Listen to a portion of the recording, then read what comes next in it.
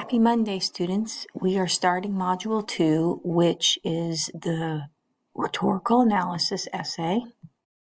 So as you get started in this second module, I want to go over a couple of things. So in your Monday memo, you're going to see just sort of an overview of what you need to start doing this week. I realize it's a shortened week, that officially we don't have class today, Monday, but I'm opening it up for for everybody. So what you want to go ahead and do is click into your Module 2 Rhetorical Analysis essay and start by reading this description here. It's due in 3 weeks, Sunday, October 29th. It's worth 25% of your grade. It is an MLA formatted essay. I'll make sure I update this to say that. 3 to 4 pages long.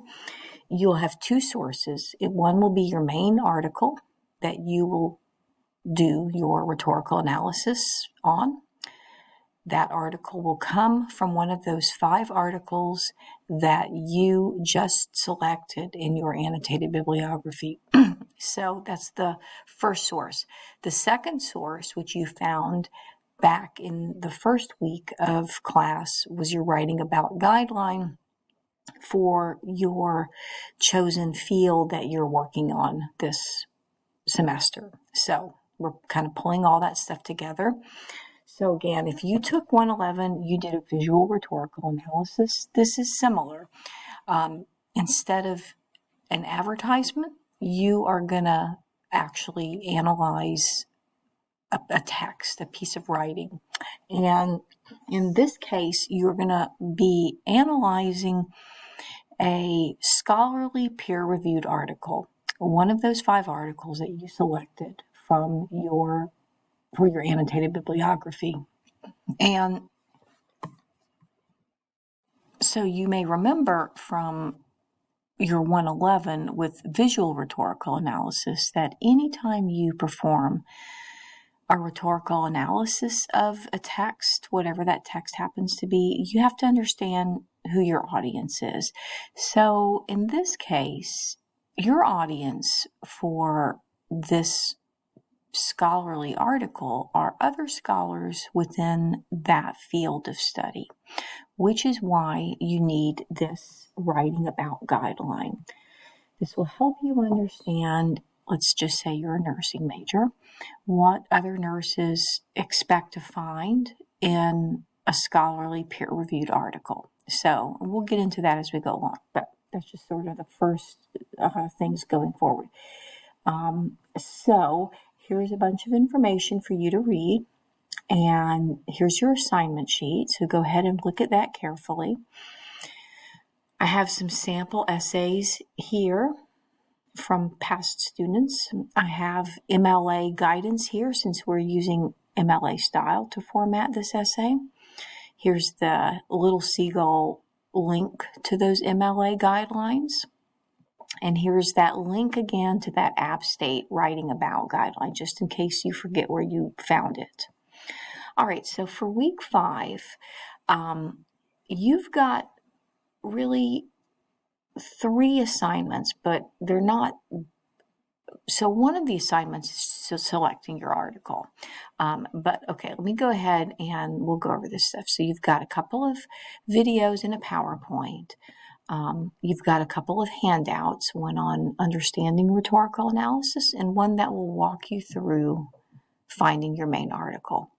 You also have a reading to do for your virtual attendance assignment, which will be due on Thursday, October 12th.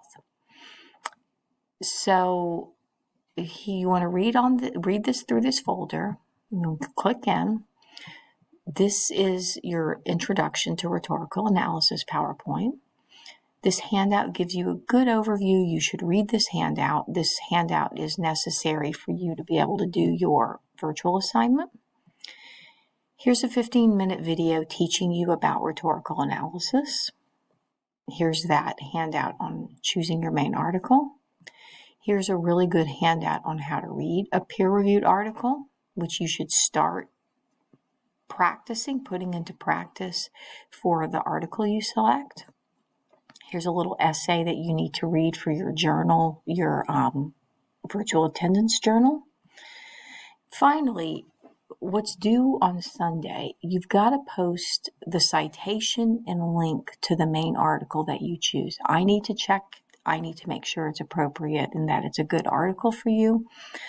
So this is something you can do as soon as you decide, oh yeah, I want to do whatever article that you liked from your annotated bibliography. Post it as soon as you can. I'll be checking this week and I'll try to give you feedback. The second is playing around with the rhetorical appeals, and you're going to do, it's kind of a fun exercise. It goes back to 111. You're going to choose an advertisement, a visual, it can be online in this case, and you're going to give the definition of ethos, logos, and pathos in your own words. Choose your visual text, your print ad that exhibits one of those appeals well, link that visual or put the PDF or JPEG or whatever into the discussion board. And then go ahead and identify what you think who the audience is, what's the overall argument, like what's the ad trying to do, and how does it use at least one of those appeals. And then go and comment to one of your classmates. All right, any questions, go ahead and send me an email. All right.